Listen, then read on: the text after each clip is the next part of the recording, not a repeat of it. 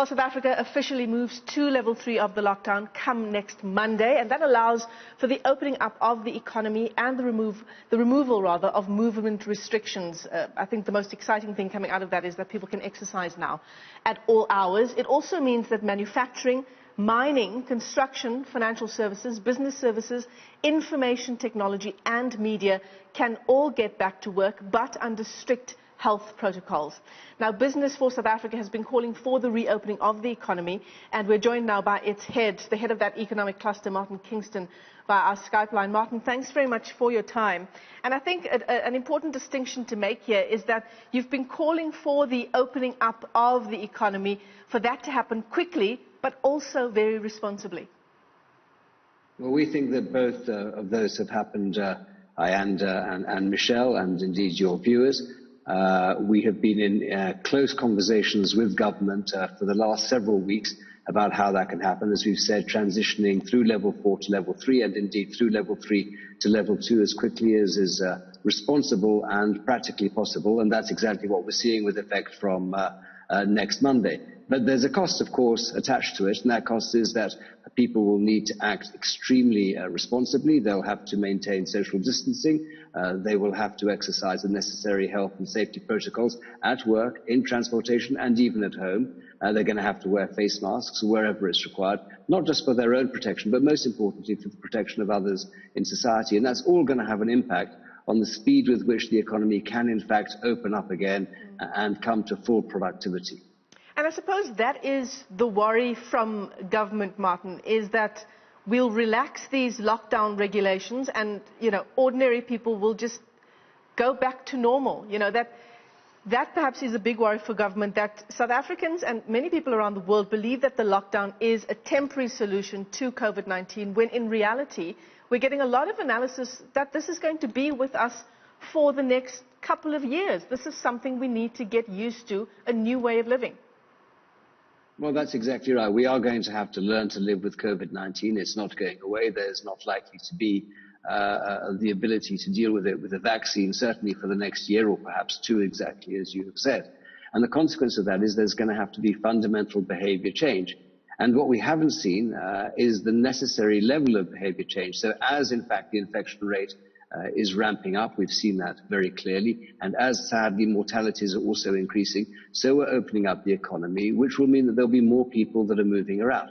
We need to limit the amount of movement. People need to act extremely responsibly so that we can curb the speed of the transmission, so that we can ensure that our healthcare system is able to support those who are going to have to go to hospital to be treated.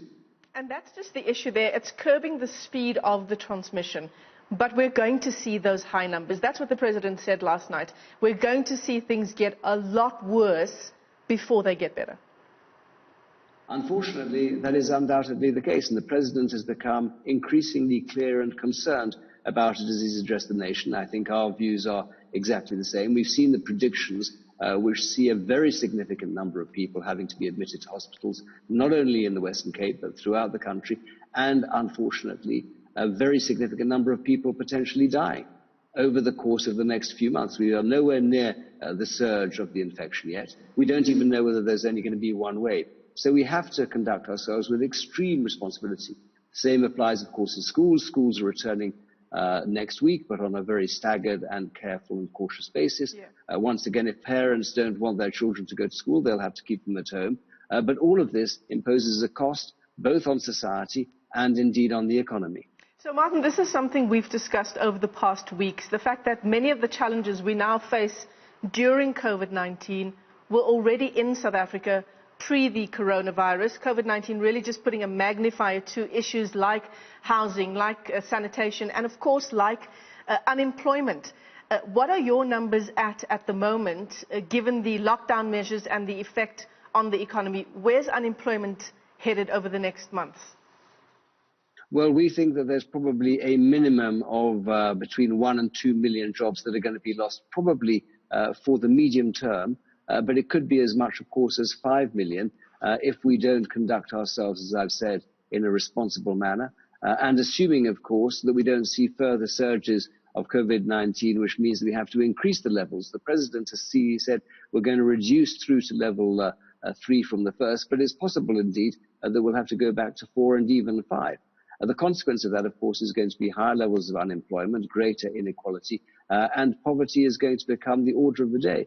All of us are going to have to make sacrifices, including businesses and individuals, to be able to ensure that we can support those who are the most vulnerable in society. And when I say those the most vulnerable in society, I'm not just talking about individuals, I'm talking about the many, many businesses that have already, unfortunately, had to stop functioning on a viable basis, and even larger businesses that are on the edge of bankruptcy or indeed liquidation and business rescue. And that takes our unemployment numbers pre-COVID-19 upwards of 38%. The unofficial unemployment rate much higher than that. That now takes our official unemployment rate to levels that we were talking about as the unofficial unemployment rate, 50% and upwards.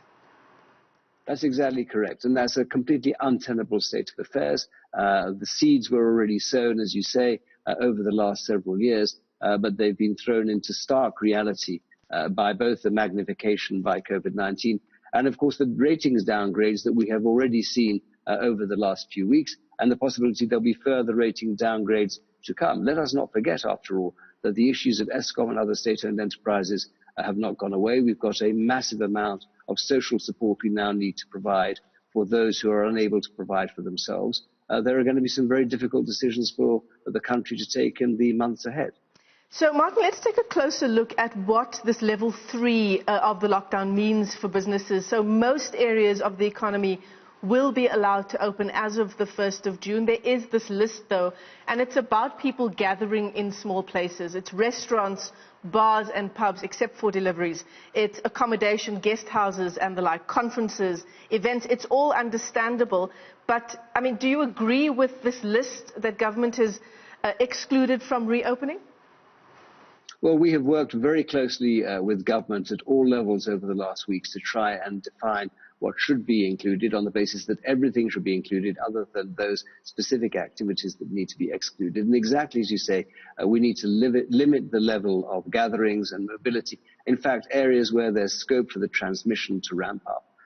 Those are the very ones that you've mentioned. I know that government is working very hard in a focused manner on every single one of those sectors to see how they can be opened up, what particular measures can be put in place in terms of health and safety, the necessary protocols with respect to social distancing, with regard to sanitation, and of course the wearing of appropriate PPE, including face masks. Now, some of these industries do not lend themselves very well to such processes. We're going to have to find a way around that to ensure we can return them to some level of activity, but it's going to take time. Yeah.